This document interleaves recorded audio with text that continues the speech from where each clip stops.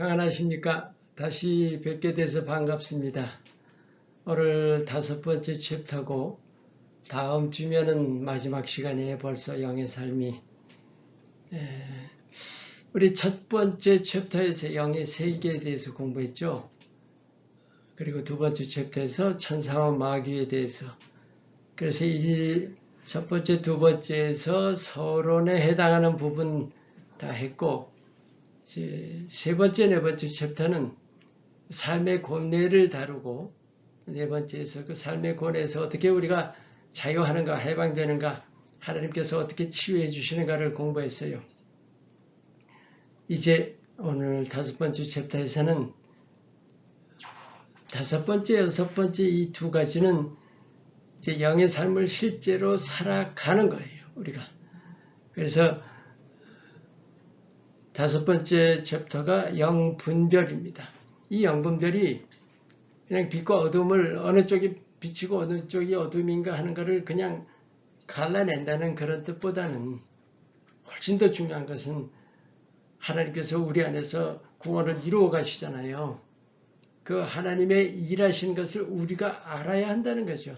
아니, 하나님의 일하시는데 우리가 모른다면 그게 얼마나 앞뒤가 안 맞죠. 하나님이 참 안타까워하실 일이고. 우리가 바로 안다는 것과 또 하나 그것을 사단이 얼마나 집요하게 방해하고 있는지 몰라요.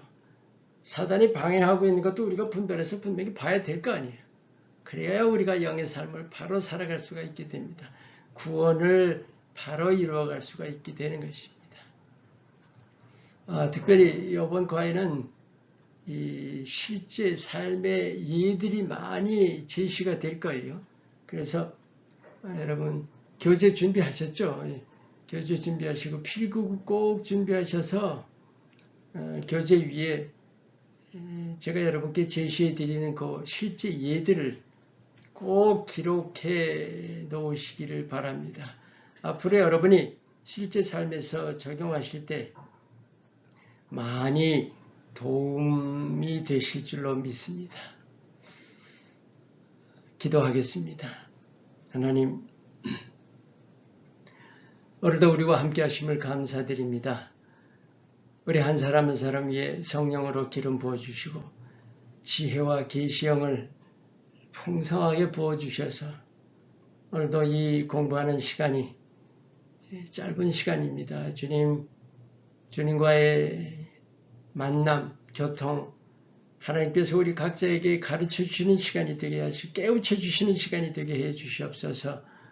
하나님, 이 시간을 통해 하나님께 더 가까이 나아가고 하나님이 원하시는 삶을 살 수 있도록 그 기초를 닦는 시간이 되게 해 주시옵소서. 끝까지 예수님께서 드러나시고 하나님이 영광 받으시는 귀한 나눔의 시간이 되도록 축복해 주시옵소서. 예수님의 이름으로 감사 기도합니다. 아멘. 자, 영분별입니다. 제가 먼저 다시 한번 부탁드려요. 교재 준비하셨겠지만 교재와 필기구 꼭 준비하시기 바랍니다. 첫째, 사단의 속임. 사단의 속성을 왜 공부하느냐? 조금 아까 말씀드렸지만 하나님께서 우리 안에서 지금 정말 놀라운 역사를 이루어 가시는데 그 안에서 사단이 어떻게 회방을 하고 있는가를 그걸 알아야죠. 분별이라는 게 왜 필요한 거예요? 그러니까 하나님 혼자 일하신다면 분별이라는 게 필요 없잖아요. 그죠?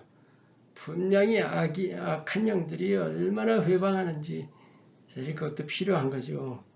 그래서 우리가 그것을 바로 알기 위해서 사단의 그 속성을 다시 공부를 하는 겁니다. 우리 다 거쳐왔던 거예요. 요한복음 8장 44절 너희는 너희 아비 마귀에게서 났으니 그는 처음부터 살인한 자요 진리가 그 속에 없어서 진리에 서지 못하고 거짓을 말할 때마다 제 것으로 말하나니 이는 그가 거짓말쟁이요 거짓의 아비가 되었음이라. 거짓의 아비, 즉 모든 것이 속임수라는 거예요. 사단은 진실을 몰라요. 사단에겐 진실이라는 게 있을 수가 없어요. 아예 없어요. 처음부터 끝까지 모든 것이 다 거짓이고 속임수입니다. 우리가 그걸 분명히 알아야 됩니다. 이제 속임의 예가 어떤 것이 있을까? 사단이 속이는 예들이요. 성경에 나오는 겁니다. 디모데전서 4장 1절 성령이 밝히 말씀하시기를 후일에 어떤 사람들이 믿음에서 떠나 미혹하는 영과 귀신의 가르침을 따르리라. 거짓 가르침이죠. 어떤 예가 있을까요? 가장 흔한 것으로 이단이라는 것이죠. 분명히 성경을 가지고 가르칩니다. 그런데 다르게 가르치죠. 그게 바로 이제 사단의 수법입니다. 뭐 전혀 다르게가 아니에요. 비슷하게, 아주 그럴듯하게 가르칩니다. 결국은 이단이라는 것도 겉으로 보기에는 그럴듯해요. 그죠? 근데 뒤에서 다 조정하고 있는 거예요. 마귀가. 또 종말론, 분명히 예수님 언제 오실 건지는 하나님만이 아시는 건데 누군가가 나서 예수님 오신다, 언제 오신다, 이건 분명히 잘못된 거잖아요. 그런데 수많은 사람들이 언제 오신다 그러면 그렇게도 많이 따르는 거예요. 분별을 잘해야 돼요. 너무나 뻔한 건데도 사람들이 정말 분별을 못합니다. 구원파 너무나 잘 아실 테니까 구원 받았으니까 다 끝이다. 이것부터가 잘못된 거죠. 신천지도 마찬가지입니다. 다 아실 테니까. 네, 한 가지 공통점이 뭐일 것 같아요? 다들 뭐 하는지 아세요? 크리스찬들만 공격해요. 크리스찬들만 유혹한다고요. 그러니까 우리가 나 예수 믿어요 할 때 예수 믿어요 하는 것에 대해서 조금 더 민감하게 더 자꾸 뭔가 좀 집요하게 뭔가 매달리고 그러는 거 이건 영락없이 이단이에요. 그렇게 보시면 됩니다. 그 다음 데살로니가 전서 2장 9절 악한 자의 나타남은 사단의 활동을 따라 모든 능력과 표적과 또 거짓 기적이에요. 사단도 능력을 행하는 거예요. 표적도 행하고 기적도 행해요. 그런데 그것이 거짓 기적이라는 거예요. 어떻게 합니까? 예를 한번 들어봐요. 마술 있죠? 뒤에도 나오지만 무슨 깜짝 쇼 이런 거예요. 여러분 그래요. 마술하고 하나님의 기적하고 근본적으로 어떻게 차이나요? 마술은 사람들이 놀래요. 와 하고 놀래요. 그런데 마술에는 없는 게 있어요. 마술은 아름답지 않아요. 마술은 사랑이라는 것이 없어요. 마술은 사람을 놀래기만 하는 거죠. 그래서 하나님의 기적에는 반드시 사랑이라는 것이 있어요. 우리가 하나님의 기적을 볼 때 분별할 수 있는 기적은 너무도 분명합니다. 근데 사람들이 그냥 와 하고 놀래는 거 가지고 거기다 초점을 맞추니까 자꾸 정말 마귀가 하는 거짓 기적인데도 따라 그게 하나님이 하시는 것으로 착각한다니까요. 혼 불러낸다는 거 전에 했었죠. 그러니까 무당들이 혼 불러내는 거, 귀신들이 장난치는 거예요. 100%다 가짜입니다. 깜짝 쇼라는 무슨 얘기냐면 사람들로 하여금 이렇게 놀래게 만드는 거예요. 예를 들어서요. 이 얄팍한 기적이라는 것도 그래요. 제가 굉장히 중요한 예를 들게요. 그래요. 마리아 상이 돌로 됐든지 석고로 됐든지 그 눈에서 피가 났다. 사람들이 놀래는 게 그거 가지고 난리를 치는 겁니다. 하나님 놀라운 기적을 펴주셨다고. 하나님이 하시는 걸까요? 분명히 얘기해보세요. 하나님이 그런 거 가지고 사람들로 하여금 믿게 하신다고요? 100% 막입니다. 그거는. 여러분 하나님이 하시는 일은 정말로 아름다워요. 여러분 예수님께서 십자가에 죽으시고 피 흘리셔서 그 피를 하나님께서는 부활로 완전히 이제 그 사망이라는 걸 정복하셨죠. 우리에게 피 보여주시는 것이 아니에요. 이제는 하나님은 사랑입니다. 하나님 정죄도 안 하세요. 모든 것을 다 품어주신다고요. 심판 같은 거는 전혀 아닙니다. 하나님은 두렵게 하는 게 아니에요. 아름다운 거예요. 아름답고 모든 것이 다 우리는 하나님의 기적에서 반드시 사랑을 느낍니다. 꼭 기억하세요. 첫 번째, 창세기 3장 1절. 그런데 뱀은 여호와 하나님이 지으신 들짐승 중 가장 간교하니라. 뱀이 이브에게 뭐라고 그랬어요? 하나님이 참으로 너에게 동산 모든 나무의 열매를 먹지 말라 하시더냐? 뭐예요? 의구심을 불러일으키는 거예요. 그러니까 멀쩡한 마음에 괜히 이렇게 술렁하고 파도, 의구심이라는 파도를 흔들어 놓는 거죠. 예를 한번 들어볼까요?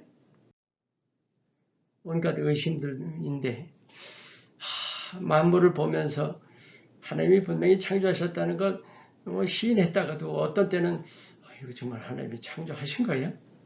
이런 생각하게 되는 거 있죠. 그다 마귀가 주는 생각이에요. 근데 참 잘도 넘어가죠. 예수님 정말 부활하신 건가? 여러분 성경을 보면서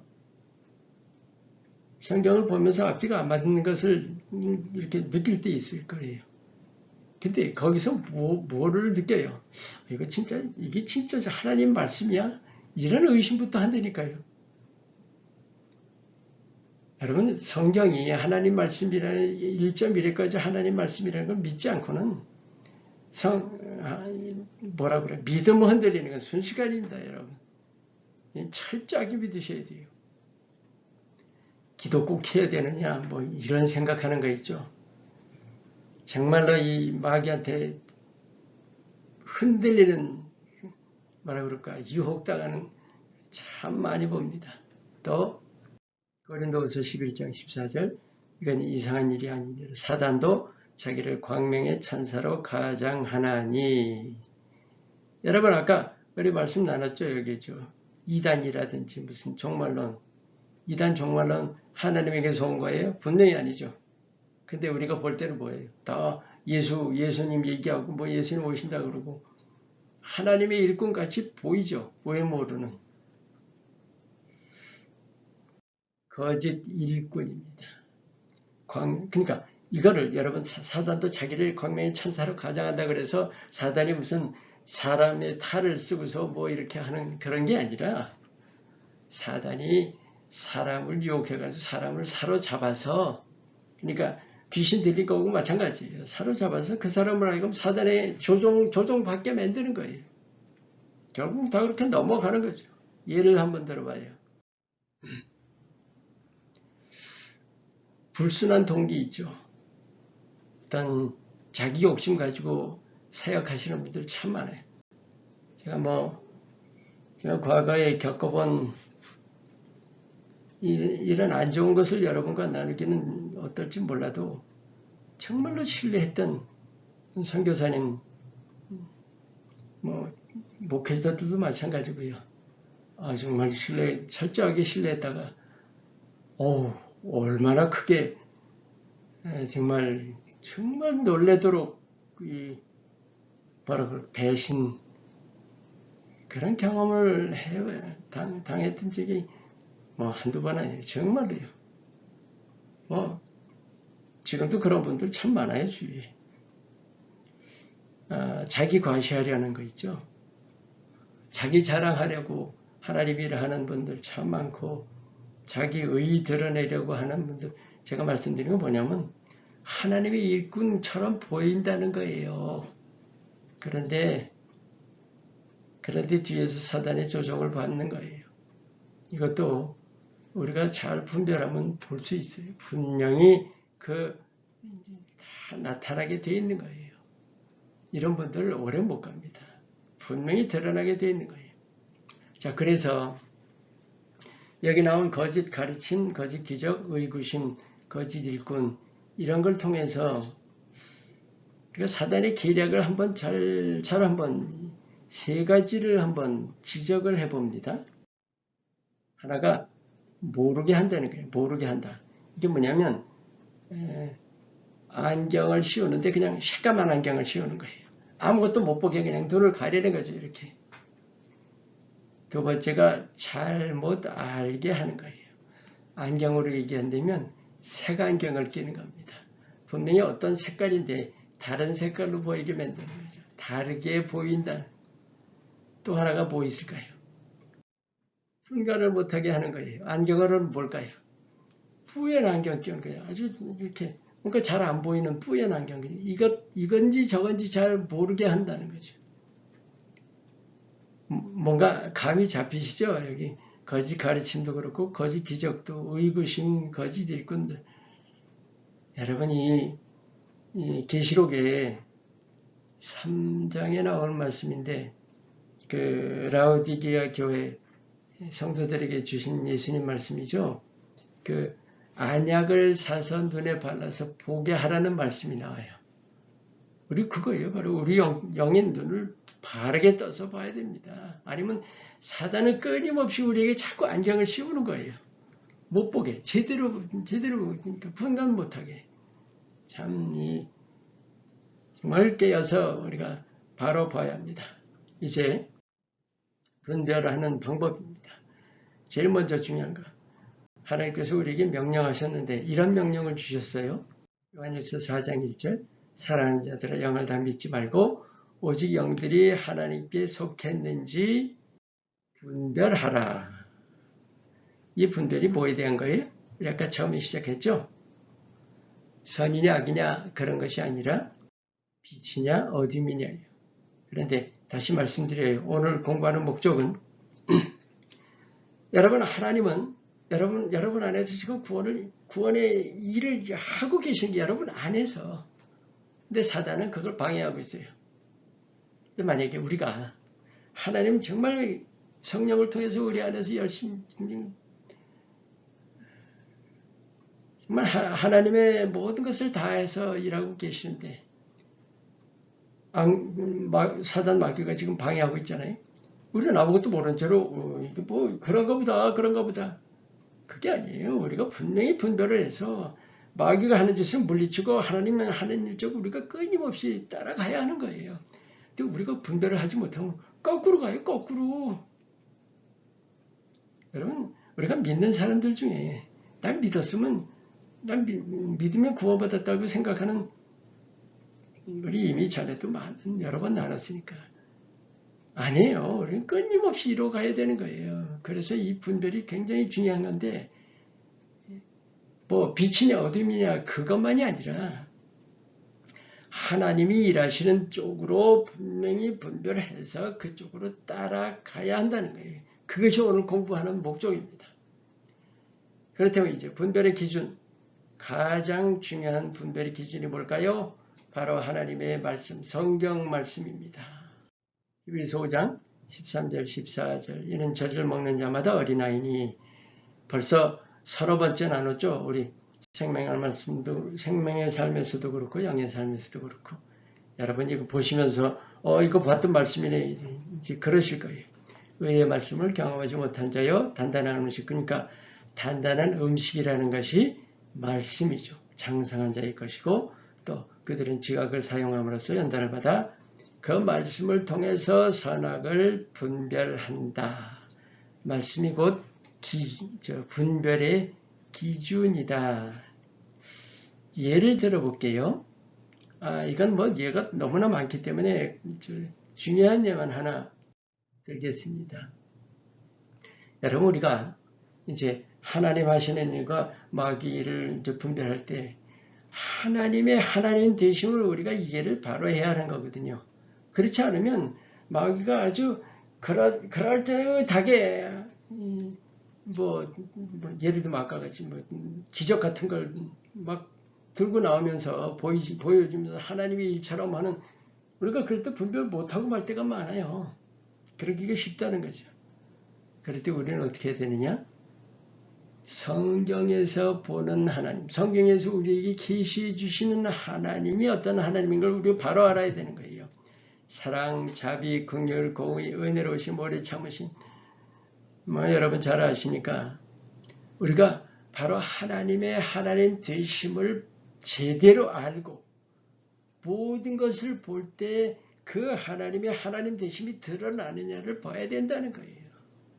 그게 분별이 아주 굉장히 중요한 기준이 되는 거죠. 예를 들어서 여러분 하나님이 여러분에게 강요하신다고 생각해요. 강요. 이런 거 아닙니다. 하나님이 여러분이 좀 빨리 해라 뭐 조급하게 한다든지 사역 중에 조급이라든지 강요 뭐 뭔가 무질서한 거 분명히 이것은 사단이 뒤에서 장난하는 거예요. 아닙니까? 사단이 회방하고 있는 거다는 거죠. 뭐 예를 들어서 뭐 하나님 이거 빨리 하라고 내일까지 뭐 하라고 하셨다. 분별을 잘 하셔야 됩니다. 자, 그 다음에 이제 열매입니다. 마태복음 7장 16절 17절 그들의 열매로 그들을 알지니 가시나무에서 포도를 떠나는 건께서 무화과를 따겠느냐. 그죠? 좋은 나무마다 아름다운 열매 맺고 못된 나무가 나쁜 열매를 맺는 거예요. 또 갈라디아서 5장 22절 23절 성령의 열매 아시죠? 사랑, 희락, 화평, 오래 참음, 자비, 양선, 충성, 온유, 절제. 조금 아까 위에서 봤던 그런 이제 하나님의 속성들이죠. 그것이 성령의 열매입니다. 그러니까 열매를 보고 하나님의 일인지 마귀의 일인지를 볼 수가 있다는 거죠. 예를 한번 들어봐요. 우리가 하나님의 일 속에서 어떤 교만이라든지 고집 같은 걸 볼 때, 여러분 이거 그래도 저분은 굉장히 귀한 하나님의 사역자니까 뭐 고집일 수도 있지. 적어도 고집과 교만만은 지금 사단에게 지금 잡혀 있는 겁니다. 여러분이 그걸 아시라는 거예요. 제가 말씀드리는 건 그렇다고 해서 그 사람이 하나님의 일꾼 아니다라는 것이 아니죠. 마귀가 지금 어떻게 일을 하고 있는가를 우리가 분별을 해야 된다는 거죠. 교만이나 고집이 결코 아닙니다. 또 아까 우리 말씀 나눴죠. 자기 자랑하는 거죠. 사람 영광. 하나님께 영광 돌리고 예수님을 높여드려야 되는데 예수님이 드러나시긴커녕 사람만 드러나는 게 사람 칭찬하고 그런 건 많이 보셨을 거예요. 여러분들. 사람 칭찬하는 건 좋아요. 그런데 사람 칭찬 그 앞에 하나님이 드러나시지 않으면 그건 영락없는 거예요. 잘못된 겁니다. 사람 영광. 또 싸움. 뭐 자주 보셨겠지만 여러분 저 교회가 둘로 나뉘어서 싸운다 할 때 이쪽이 옳다 이쪽이 성경적으로 옳다 저쪽이 성경적으로 옳다 아무리 옳아도 싸운다는 사실 자체에서 그것만 가지고 보면 둘 다 틀린 거예요. 맞을 수가 없어요. 성경에서는 어디에서도 싸움을 정당화하는 데는 없어요. 딱 하나 있어요. 선한 싸움.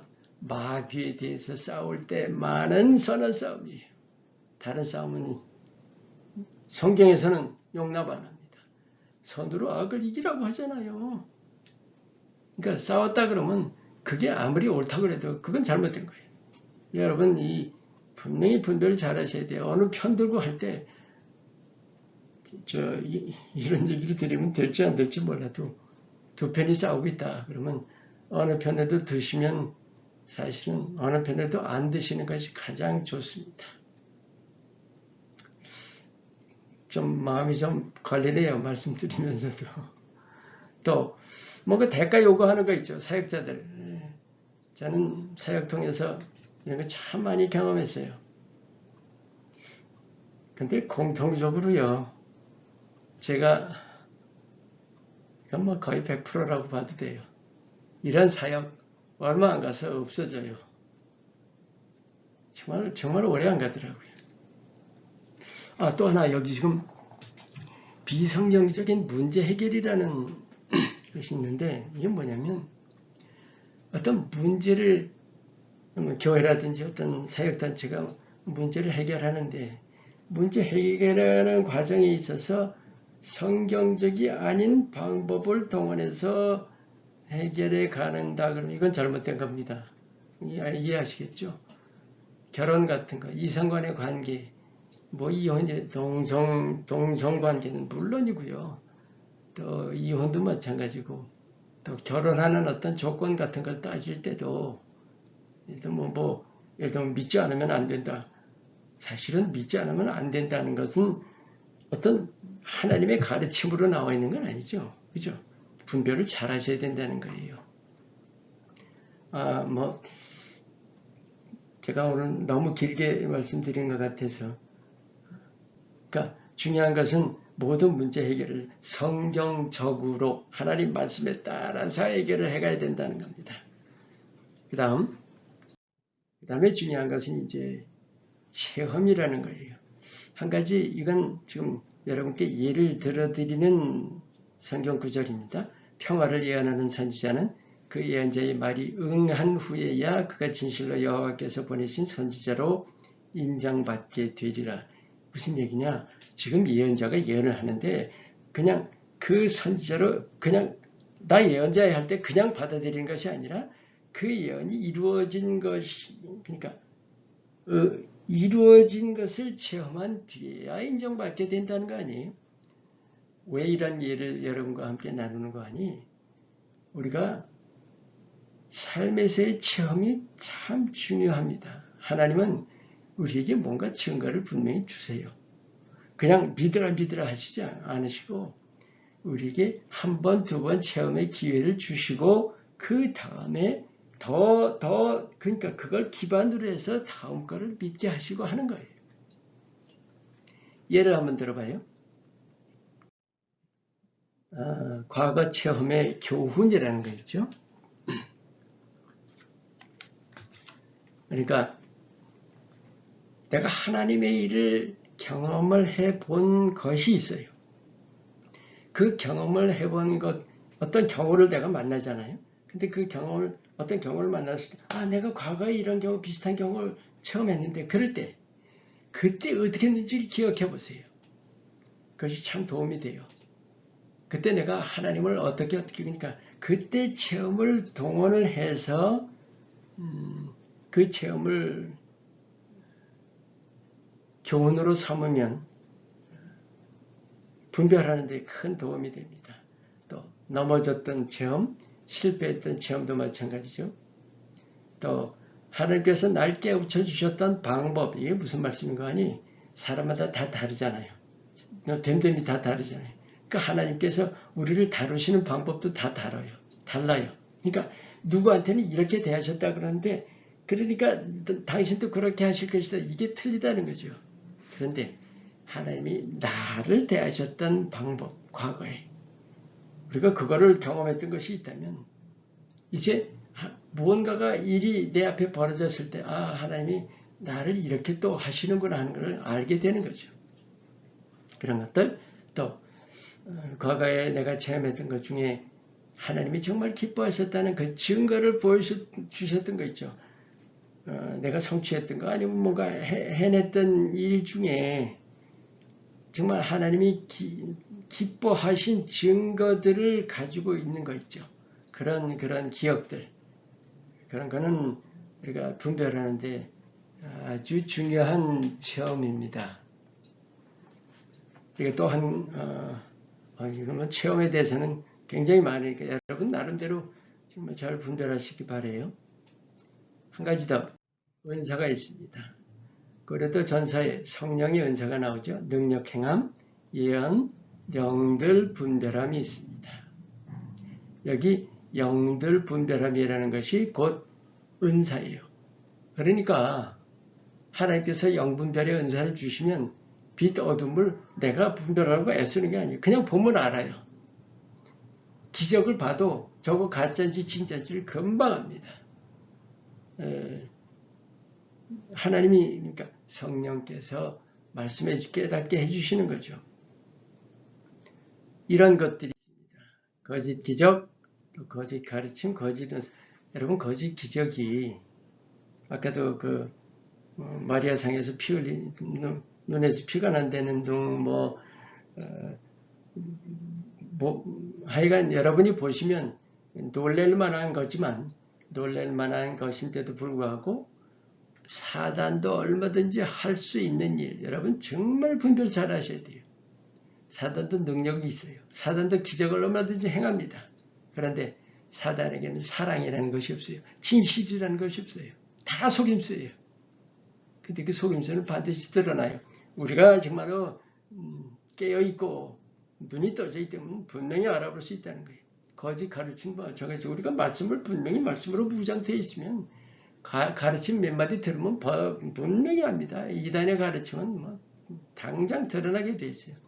이단의 가르침에 끌려가는 이유가 뭔지 아세요? 몰라서 그러는 거예요. 내가 본래 진리를 모르는 거예요. 진리 위에 분명히 서 있어야 한다는 거죠. 거짓 은사도 마찬가지. 거짓 은사는 뭐냐면요. 죄송합니다. 제가 오늘 목소리가 좀 안 좋은 것 같아요. 여러분 방 안에도 가짜가 있다는 거 아세요? 방 안에 가짜 있어요. 오히려 방언 기도한 남의 방언을 방해하는 방언이 있어요. 마귀가 주는 방언이 있다니까요. 분명히 알아두시라는 거예요. 예언도 마찬가지예요.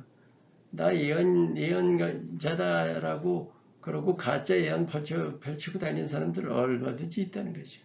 그래서 우리가 그것도 분별을 해야 된다는 겁니다. 여기 미국에 지금 살아계신지 모르겠는데 빌 해먼이라는 아주 예언 사역으로는 정말 선구자적인 분이 한 분 계세요.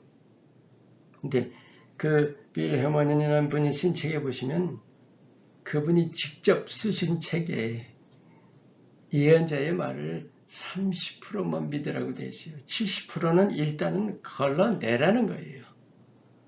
100% 믿지 말라는 거예요. 왠지 아세요?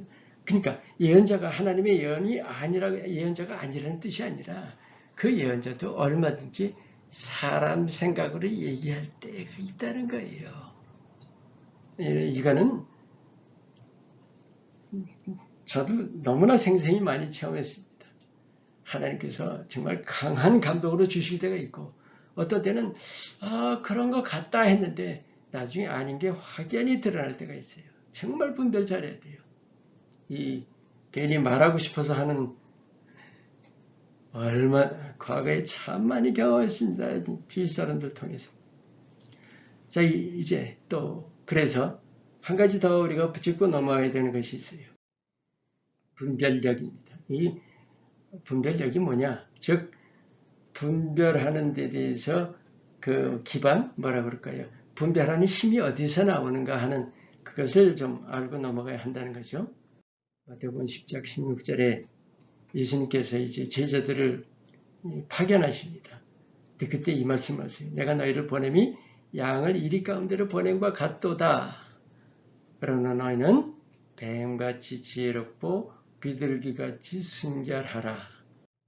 뱀같이 지혜로움과 또 비둘기같이 순결함인데 이것이 반드시 함께 간다는 거예요. 함께. 왜 그런지 아세요? 여러분 뱀같이 지혜롭다는 게 뭐예요? 마귀가 아주 간사한 만큼 우리도 그 간사함을 알 수 깨우칠 뭐라 그럴까 알아챌 수 있을 정도로 지혜로워야 한다는 거죠. 근데 그러기 위해서 뭐가 필요한지 아세요? 순결해야 한다는 게 우리가 간사해 가지고는 마귀의 수법 전혀 몰라요. 깨끗해야 합니다. 순결해야 우리가 그 마귀의 그런 아주 간사한 기력을 알아낼 수가 있다는 거예요. 결국 분별력에 바탕은 마음이 청결한 것입니다. 왠지 아세요? 어둠 안에서는 어둠을 분별하지 못합니다. 내가 빛 안에 있어야 어둠을 분별하는 거예요. 무슨 말씀인지 아시죠? 정말 마음에 잘 새겨두시기 바랍니다. 한 가지 더. 이제 이걸 왜 이제 오류의 가능성 이걸 왜 지금 나눠야 하느냐? 상당히 이제 분별 방법을 끝내면서 이게 꼭 필요해요. 왜냐? 여러분 이제 내가 지금 하나님이 하시는 일이야 마귀가 하는 일을 분별해야 하는 어떤 입장에 왔어요. 경우가 왔는데 아무리 해도 자신이 없어요. 이게 하나님이시냐 하시는지 마귀가 하는지 잘 모르겠단 말이에요. 그래서 분별하기를 포기해요. 근데 왜 그런지 아세요? 두려워서 그러는 거예요. 잘못하면 어떻게 될까? 그런데 분별이 틀릴 수도 있다고 두려워할 일인가 말이죠. 아니다. 여기 지금 미로의 예를 들은 것은 왜냐하면 여러분 미로를 한 번에 통과할 사람 없죠. 그죠? 반드시 막다른 길에 몇 번 닥쳐 봐야지 돼요. 성공이라는 것이 그냥 되는 것이 아니에요. 그러니까 뭔가 분별도 마찬가지예요. 실수를 해봐야 되는 거예요. 분별이 틀려보기도 하고 저도 수도 없이 분별 정말 뭐 꽈당 넘어져 보기도 하고 속아 넘어가기도 한두 번도 아니에요. 그런데 한 번 속은 데는 다시 안 속는다고요. 그거예요, 원리가. 좋은 예가 있죠. 로마서 8장 28절 우리가 알거니와 하나님을 사랑하는 자 곧 그의 뜻대로 부르심을 입은 자들에게는 모든 것이 합력하여 선을 이루느니라. 하나님께서 모든 일에서 선을 이루신다는 거. 무슨 얘기예요? 아까 미로처럼 실수를 통해서 분별력이 자라게 하신다. 아멘. 자, 우리 다음 페이지로 넘어가겠습니다. 3부입니다. 삶의 실제.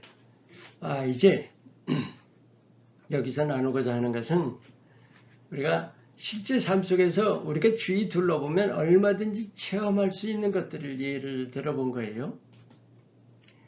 가장 중요한 것이 이단이에요. 이단. 그죠? 요한일서 4장 2절 3절. 여러분 이단이 뭐예요? 여러분 나름대로 이단이 뭐라고 분명히 말씀하실 수 있어야 합니다. 여기 분명히 정의가 나옵니다. 이로써 너희가 하나님의 영을 알지니 곧 예수 그리스도께서 육체로 오신 것을 시인하는 영마다 하나님께 속한 것이요. 이 앞부분을 좀 설명드릴게요. 예수님께서 육체로 오셨다는 것은 육체이시기 전에 어떤 모습이셨다는 거예요? 하나님이신 거죠. 우리가 예수님을 하나님의 아들이라고 분명히 독생자라고 하지만 분명히 삼위일체예요. 하나님, 성부 하나님, 성자 하나님, 성령 하나님이에요.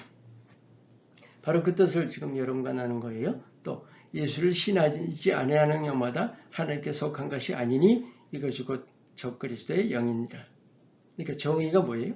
예수를 하나님으로 신하는 사람 또는 하나님으로 신하는 단체는 아주 모두 다 이단이에요. 물론 여러분이 생각하시기에 뭐 하나님의 아들 물론 괜찮죠. 그런데 중요한 것은 여러분도 인식하실 때 하나님의 아들을 그럴 때 하나님의 아들이기 때문에 하나님이 아니다. 이건 정말로 잘못된 겁니다. 우리 생명의 삶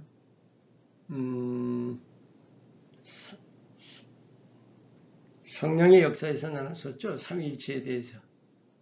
제 기억이 분명히 안 나네. 그러니까 우리가 하나님은 한 분이신데 역할이 다른 거예요. 이 땅에 내려오셔서 인간의 몸을 입고 내려오셔서 십자가에 달려 죽으시고 부활하신 그분이 바로 성자 하나님이신 거예요. 하나님이세요. 자, 어떤 예가 있을까요? 통일교, 여호와의 증인이 있고 몰몬교, 뉴에이지, 명상. 아주 간단하게 여러분께 말씀드리면 통일교는 예수 얘기할 필요도 없이 자기가 하나님의 아들이라고 그러니까 교주가. 여호와의 증인과 몰몬교는 이 사람들이 예수 얘기 안 하는 줄 아세요? 몰몬교는 뭐예요? The Church of Latter-day Saints of Jesus Christ라고 돼 있죠. 아주 그냥 교단 이름 앞에 Jesus Christ라고 돼 있어요. 근데 사단의 속임수죠. 거기서 뭐를 주장해요? 예수님을 하나님으로 얘기하는 예수님을 선지자라고 해요. 여호와의 증인도 선지자고 몰몬교도 예수님은 선지자예요. 인간 선지자 아니죠. 이단도 완전한 이단입니다. 그리고 뉴에이지는 명상은 뭐예요? 공통점이 나도 하나님이 될 수 있대. 내가 명상해가지고 내가 뉴에이지도 그렇고 똑같아요. 나도 얼마든지 하나님 될 수 있다는 거예요. 여러분 이 명상이라는 거 있죠? 이게 기독교에 묘하게 침투해 들어와 있어요. 어디 가보면 이상한 환경 만들어 놓고 북 치면서 기도하라는 둥 여러분 조금 이상하다 싶으면 근처에도 안 가는 게 좋습니다. 하나님과 1대1로 만나는 것이 무슨 뭐 그런 뭐 예를 들면 하여간 뭔가 어떤 환경을 만들어 놓고 뭐 명상을 하면서 주님과 교통을 하고 환경이 아닙니다. 주님은 우리와 함께 하세요. 언제나. 자, 성경에서는 우리에게 어떻게 가르치나 한번 봅니다. 신명기 18장 10절 12절. 지금 요거는 몇 가지 우리가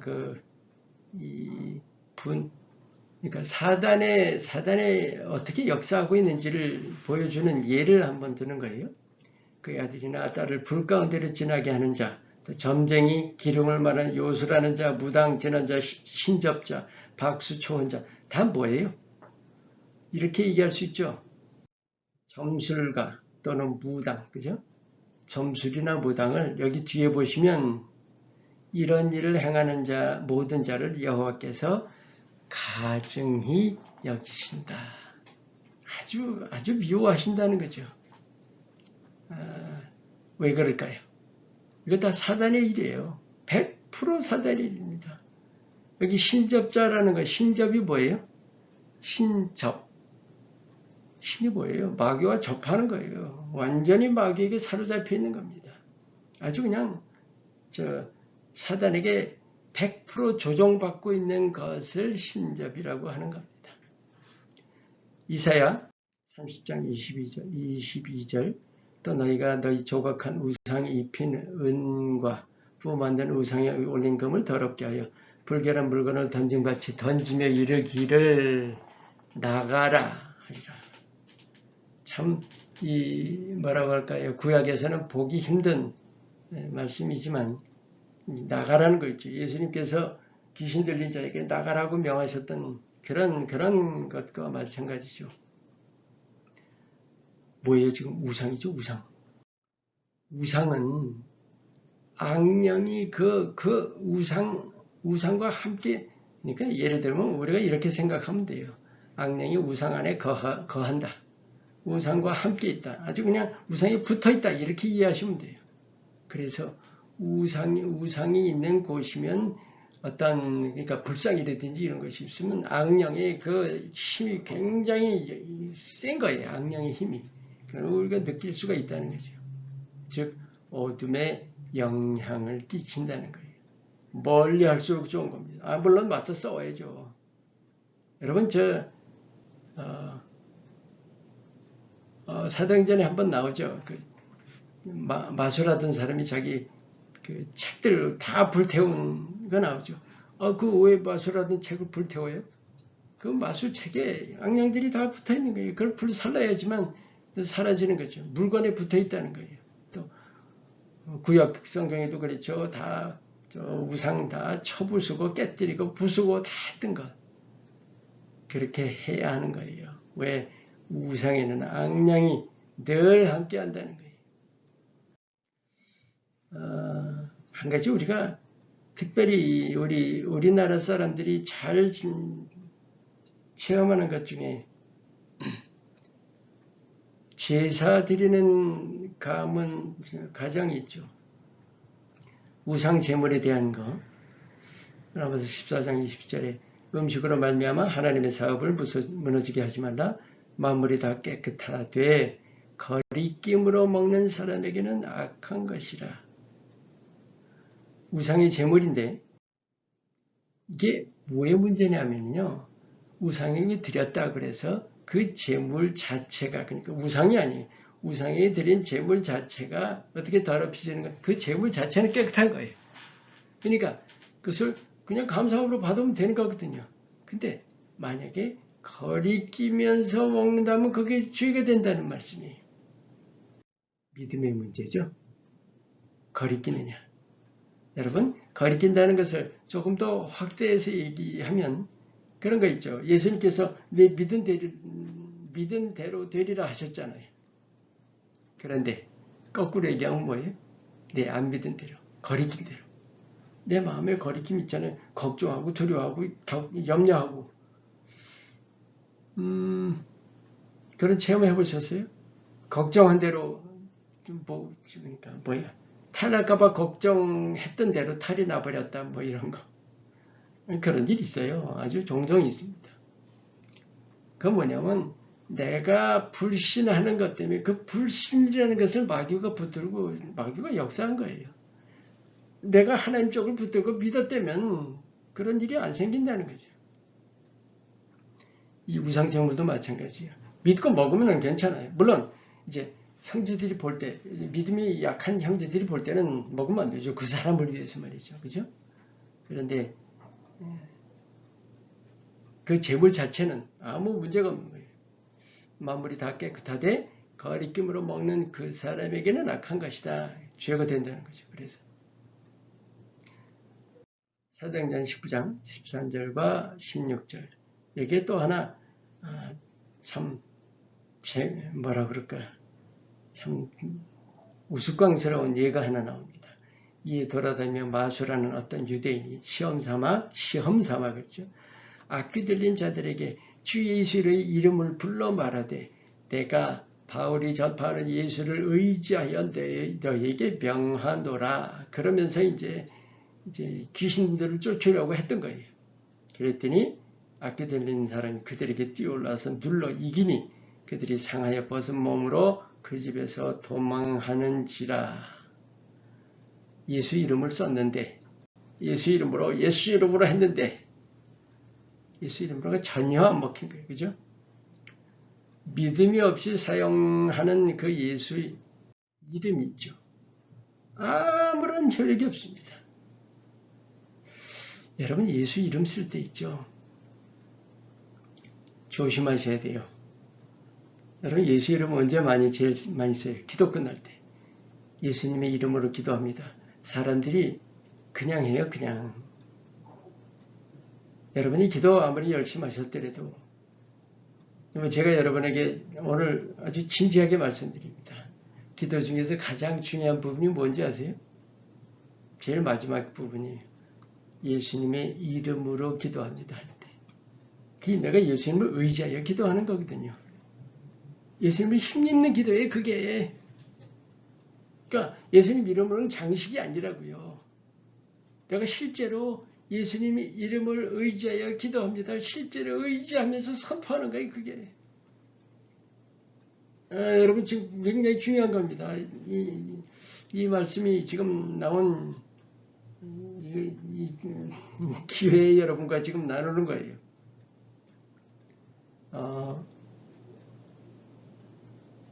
영적 싸움에서는 이 예수 이름이라는 것이 아주 절대적입니다. 우리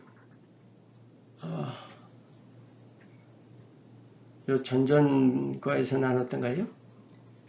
믿음이 있는 자에게는 이런 표적이 믿는 자에게는 이런 표적이 따르니 그들이 예수 이름으로 귀신을 쫓아내며 예수 이름으로 시작된 거 있죠. 그죠? 예수 이름이라는 거 굉장히 중요한 겁니다. 그런데 믿음이 없다면 아무 소용이 없습니다. 그 다음으로 이제 굉장히 중요한 거 하나. 여러분이 아마 참으로 고대하셨을지 모르겠는데 하나님의 음성을 어떻게 듣는가 하는 거예요. 여러분 하나님의 음성 듣기 어렵다는 많은 사람들이 그런 인식을 가지고 있어요. 왜 그럴까요? 제 생각에는 이 두 가지가 대표적인 것 같아요. 하나는 차원이 다르다는 뭐라 그럴까 하나님하고 나하고는 거의 이렇게 음성을 듣고 이럴 차원이 아니라고 아예 고정관념으로 여기에 박혀 있는 거예요. 내가 어떻게 하나님 음성을 들어 이렇게요. 그건 내 편이죠. 그죠? 또 하나는 하나님이 내게 과연 말씀하실까라고 의심하는 거예요. 그러니까 하나는 차원에 대한 어떤 인식이고 또 하나는 불신입니다.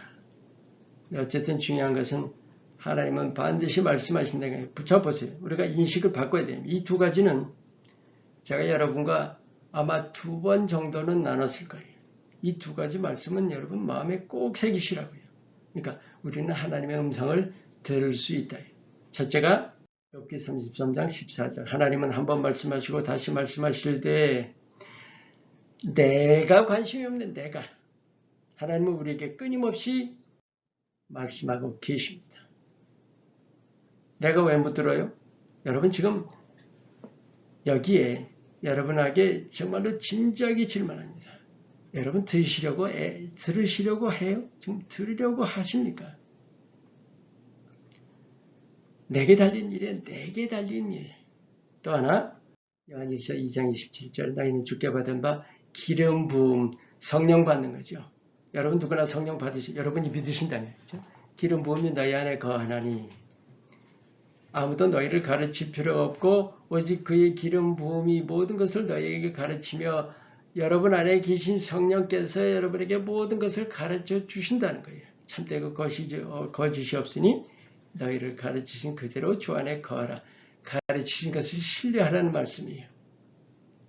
성령님이 모든 것을 가르쳐 주신다. 여러분 성령님께 물어보고 계세요? 깊은 기도 가운데 정말 깊은 기도 가운데 끊임없이 물어보셔야 합니다. 분명히 하나님께서 가르쳐 주세요. 자 이제 진짜 중요한 것. 듣는 바탕입니다. 아까 바탕에 대해서 한번 나눴죠. 가장 중요한 바탕이 뭐라고요? 청결입니다. 마음이 깨끗해야 돼요. 자 이제 듣는 바탕 5가지 정도로 정리를 해봤어요. 그러니까 아까 분별력의 기초가 뭐냐? 바로 우리 마음의 청결함이다 하는 것을 기반으로 해서입니다. 그 듣는 바탕과 장애물에 대해서 한번 봅니다. 레위기 11장 45절 내가 거룩하니 너희도 거룩할지어다. 하나님은 거룩하세요. 그렇기 때문에 거룩하신 하나님의 음성을 내가 듣기 위해서는 내가 성결해야 합니다. 여러분 제가 지금 말씀 나누는 것은 어떤 100점짜리를 말씀 나누는 것이 아니에요. 내가 아까도 말씀드렸지만 죄로 더럽혀져 있을 때는 하나님 음성 듣기가 무척 어렵다는 거죠. 한번 생각해봐요. 내가 죄를 품고 있다면 들을까요? 죄를 품고 있다면 정욕으로 정욕이 끔득끔득 하고 있는데 하나님의 음성이 들리겠냐고요. 이거 정말 힘든 거예요. 또 야고보서 4장 6절 그러나 더욱 큰 은혜를 주시나니 그러므로 일러스되 하나님이 교만한 자를 물리치시고 겸손한 자에게 은혜를 주신다 하셨느니라. 하나님이 교만을 대적하세요. 그러니까 나는 어떻게 해야 돼요? 내 마음이 교만해가지고는 하나님이 교만을 물리치시는데 어떻게 내가 하나님의 음성을 듣겠어요? 겸손해야 합니다. 만약에 내가 마음이 높아져 있다면 하나님의 음성이 들릴까요? 여쭤볼 필요도 없죠. 에베소서 5장 8절 너희가 전에는 어둠이더니 이제는 주 안에서 빛이라.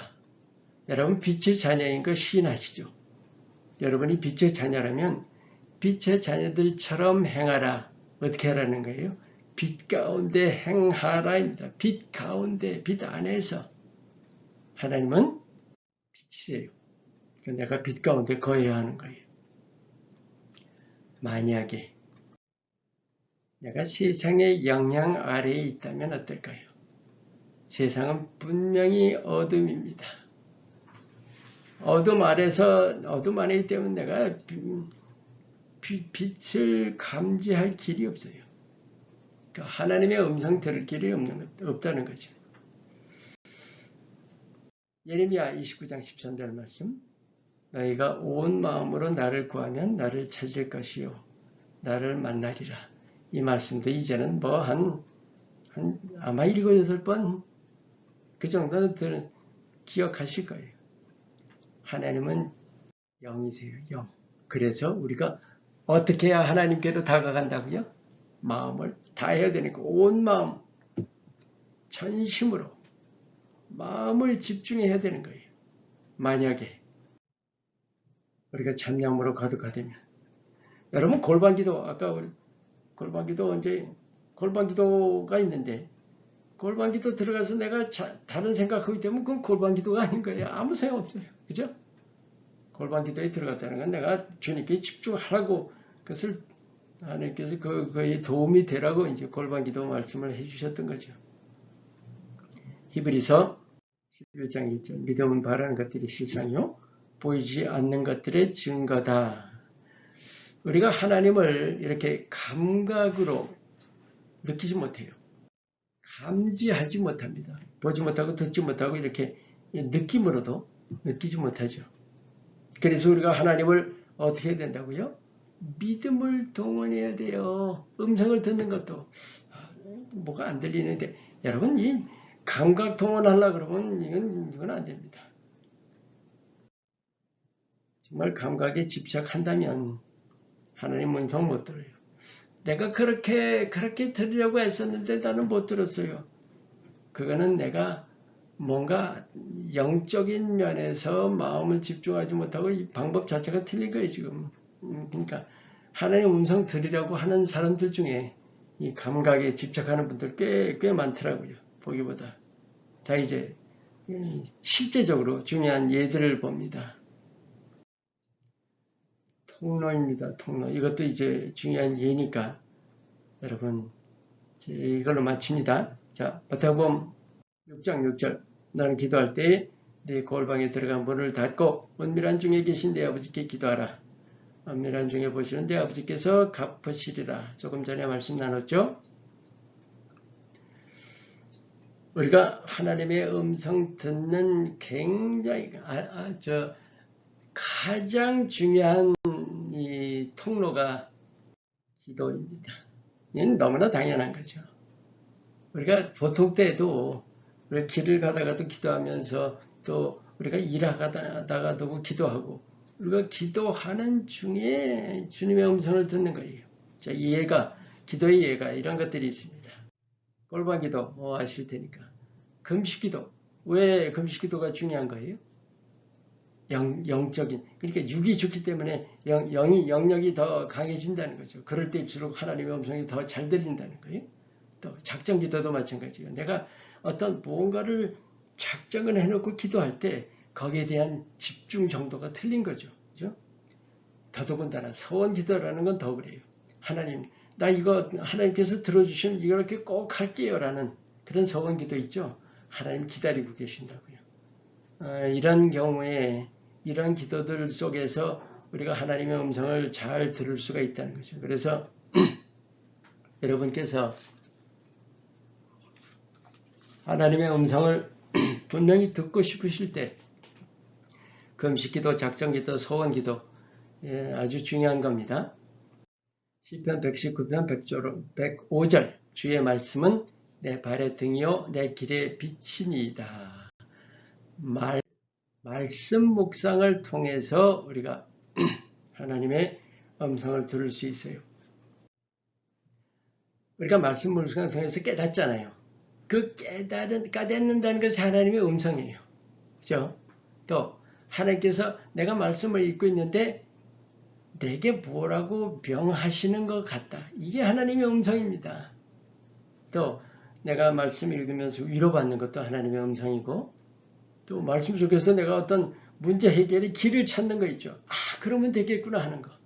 아니면 내 마음에 고통 중에 있었는데 바로 그 말씀을 통해서 내가 고통에서 헤어나오게 됐다는 거 있죠. 또 말씀을 통해서 새 힘을 얻는 것도 마찬가지. 이것이 다 하나님의 음성을 듣는 거예요. 실제로. 자, 욥기 33장 15절 말씀. 사람이 침상에서 졸며 깊이 잠들 때나 꿈이나 밤에 환상을 볼 때에 꿈이나 환상을 통해서 하나님께서 말씀해 주십니다. 여러분, 꿈을 가볍게 여기지 마세요. 꿈 중에서 정말 그냥 아무렇지도 않은 그런 꿈이 있는가 하면 생각도 안 나는 꿈. 생생한 꿈들이 있죠. 자, 깨어나도 지워지지 않는 꿈이 있어요. 아니면 하루 종일 기억나는 꿈이 있어요. 여러분, 이거는 분명해요. 분명히 하나님의 메시지가 담겨서 기도하시면서 하나님께서 그 꿈에 대한 해석을 해달라고 정말 열심히 골방에 들어가서 기도해보세요. 분명히 알게 해주세요. 저는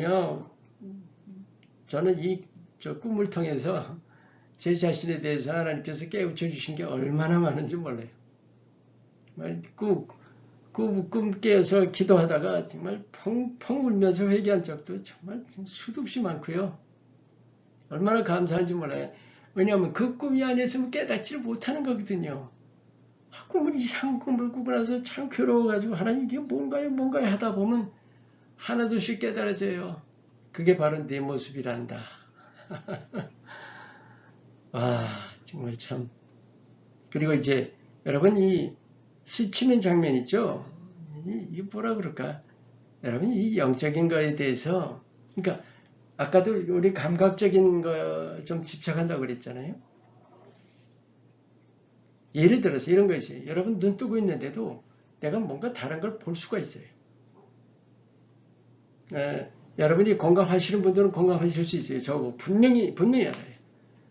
예를 들면 뭐 또 하나 이런 것들 여기 지금 눈 감으면 보임 이런 거 있죠. 이렇게 어떤 잔상으로 보이는 이런 게 아닌데 어떻게 뭐 이러고 눈을 감았는데 전혀 생각지도 않은 뭐가 이렇게 보이는 거 있죠. 누구 얼굴이 보인다든지 이런 게 얼마든지 있어요. 사람들이 그걸 무시한다니까요, 자꾸. 왜냐? 하나님은 내게 말씀해 주실 때 그런 것을 보여주시면서 뭔가를 자꾸 전해 주시려고 하시는 거예요. 하나님이 나와 교통하기 원하시는 거예요. 그게 통로라고요.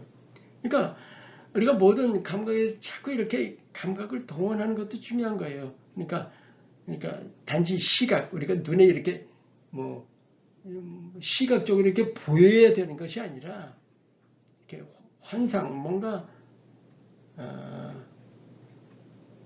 참 말씀드리기 힘드네요. 근데 그런 것들이 얼마든지 있다는 거.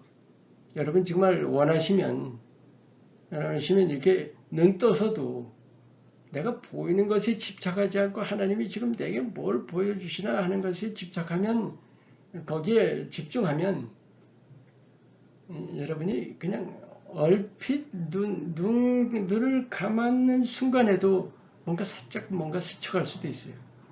그거 놓치지 마세요. 그냥 아예 훈련을 잘 받으시기 바래요. 훈련입니다. 훈련. 사도행 16장 7절 무시 앞에 이르러 비두니라고 하고자 했습니다. 이거 3차 전도 여행 때 있었던 일이죠. 2차 여행 때입니다. 예수의 영이 허락하지 아니하시는지라. 분명히 바울 사도 일행은 뭔가 계획을 세워서 지금 막 가고 있어요. 그런데 예수의 영이 허락지 아니하셨다는 건 여러분 어떻게 이해하실지 몰라도 저는 분명히 이렇게 이해합니다. 공감 안 하셔도 돼요. 상황으로 뭔가 하나님께서 상황에서 자꾸 뭔가를 막으세요. 저는 참 많이 경험합니다. 삶 속에서. 뭐 오늘도 한두 번 경험했어요. 여러분과 이거 시작할 때 하나님이 자꾸 뭔가 막으시는 것 같아요. 그래서 왜 그러실까? 그래서 다 놓고 한번 쭉 봤더니 중대한 게 빠져 있는 거예요. 중간에. 제가 얼마나 감사했는지 말이에요. 왜냐하면 이걸 처음부터 끝까지 쭉 계속 하거든요. 그러니까 뭔가 빠졌다 그러면 물론 제가 스탑했다 다시 할 수도 있지만 완전히 흐름이 끊기잖아요. 그게 얼마나 큰 손해예요. 바로 그런 거예요. 하나님이 뭔가 상황 속에서 이렇게 막으시기도 하고 길을 열어주시기도 하고 하는 거예요. 그게 다 이제 하나님의 음성이라는 것이죠. 상황 속에서 어떤 예가 있을까요? 자, 상황에서 우리를 몰아가시는 것이에요. 여러분, 이건 하나님을 처음 하시는 분들은 이건 뭐 너무도 당연한 거예요. 몰아가신다는 거. 그리고 어떤 상황 속에서 그러니까 내가 누군가를 보잖아요. 어떤 상황, 누군가의 행동을 보면서 내가 느끼는 거예요. 여러분이 무슨 설교 말씀을 듣는 거 아니더라도 꼭 하나님의 일꾼이 아니어도 사람 간에 뭔가 대화하고 있는 걸 이렇게 들으면서도 내 일로 받아들여지는 거예요. 하나님이 내게 주시는 걸로. 또 그런 걸 통해서 우리가 길을 보게도 하십니다. 제가 이 상황 속에서는 정말 말씀 나눌 게 많아요. 이건 수도 없이 많습니다. 이거는 정말 체험입니다. 그리고 또 이거는 지나보면서 하는 거예요. 아무래도 이런 것 같다 그래서 순종하잖아요. 나중에 지나가면 그게 맞았구나. 그런 일들이 자꾸 거듭되는 거예요. 거듭되면서 이제는 너무도 분명한 것이 되는 거죠. 예를 들어보세요. 이 코로나 바이러스 사태. 여러분이 이 영상 공부를 언제 들으시게 될지 몰라도 이 코로나 바이러스 사태 한번 생각해 보세요. 처음에 시작할 때는 몰라요. 이게 웬일인가. 시작하면서 점점 깨닫게 돼요. 상황을 자꾸 거쳐갑니다. 체험하고 하다 보면서 1년 반쯤은 너무도 분명하게 되는 거예요. 지금은 하나님이 왜 이런 것을 주셨나. 처음엔 잘 몰랐죠. 근데 아직도 못 깨닫고 있어요. 아직도 수많은 사람들이.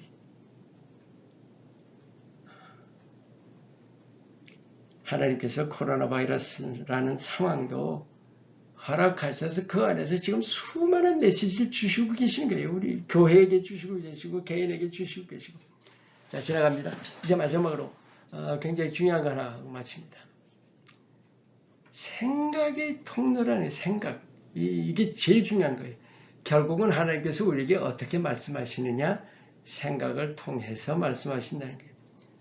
물론 마음을 통해서라고 할 수도 있고, 근데 우리가 흔히 이해하기는 가장 좋은 방법이게요. 생각이라는 단어, 그러니까 생각이라는 것으로 우리가 이해하는 것이 가장 좋은 거예요. 자, 세 가지 음성이 있어요. 어떤 것일까요?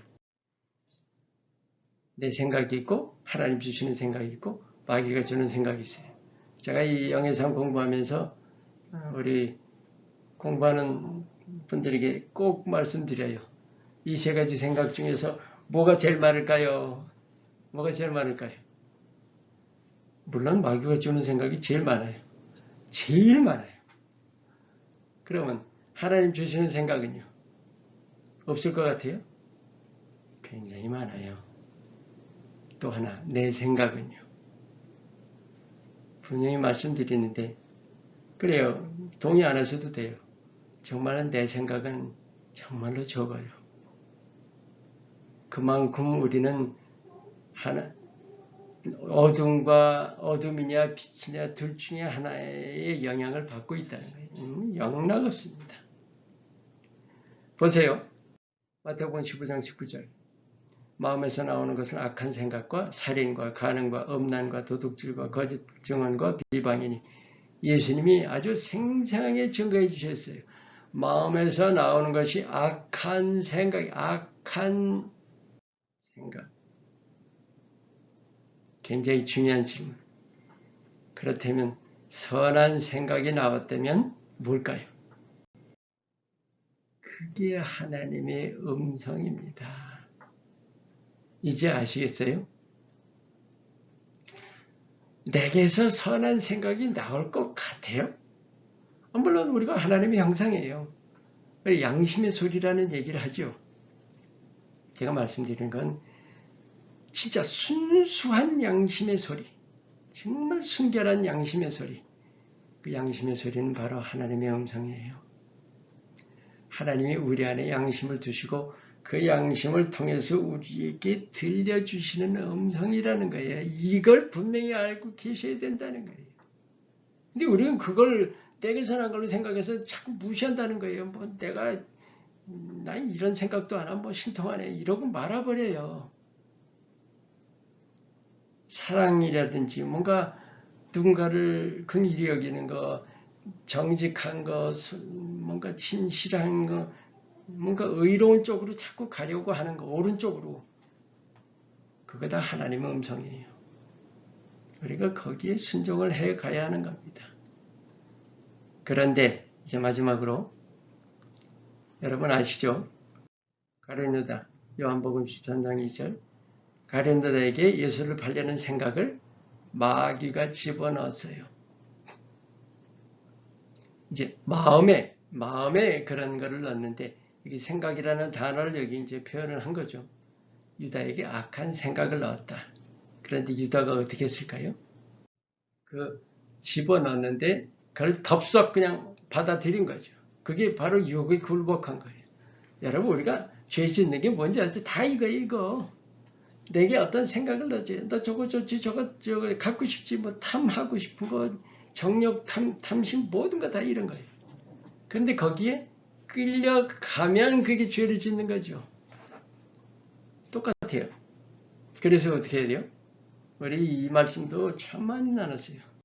고린도후서 10장 5절 하나님 아는 것을 대적하여 높아진 것을 다 무너뜨리고 모든 생각을 사로잡아 그리스도께 복종하게 한다. 생각을. 여기 지금 모든 생각이라고 그랬죠. 다른 말로 모든 생각이 하나님 쪽의 생각과 맞도록 간다는 거예요. 그게 바로 그리스도에게 복종하는 거죠. 우리가요, 이 마음가짐을 내가 모든 생각을 사로잡아 그리스도에게 복종하려고 하는 그 힘쓰면은 하나님의 음성 정말 잘 들립니다. 이건 뭐 너무도 분명해요. 마지막으로 그렇다면 이제 여러분 이 괄호만 채워보세요. 음성을 듣는 가장 뭐라고 한마디로 가장 중요한 비결. 자, 채울 수 있죠. 뭐예요? 영적으로 깨어있는 거예요. 어떻게? 영적으로 깨어있는 거예요. 물론 어둠에도 깨어있고 마귀에게도 깨어있고 사단에게도 깨어있는 거죠. 우리가 빛과 어둠이라는 것은 영적으로 내가 깨어있다는 건 빛과 어둠을 분명히 보는 거예요.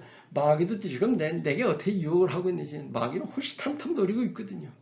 그 내가 생생히 보고 있는 것이 그게 바로 음성을 듣는 비결입니다. 오늘 수고하셨어요, 여러분. 다음 주에 이제 영적인 싸움으로 끝납니다. 실제로 우리 마귀를 어떻게 대적해서 싸우는가. 오늘은 분별이었는데 이제는 마귀를 향해서 싸우는 거예요. 그것으로 영적인 싸움, 영의 삶의 대단을 마칩니다.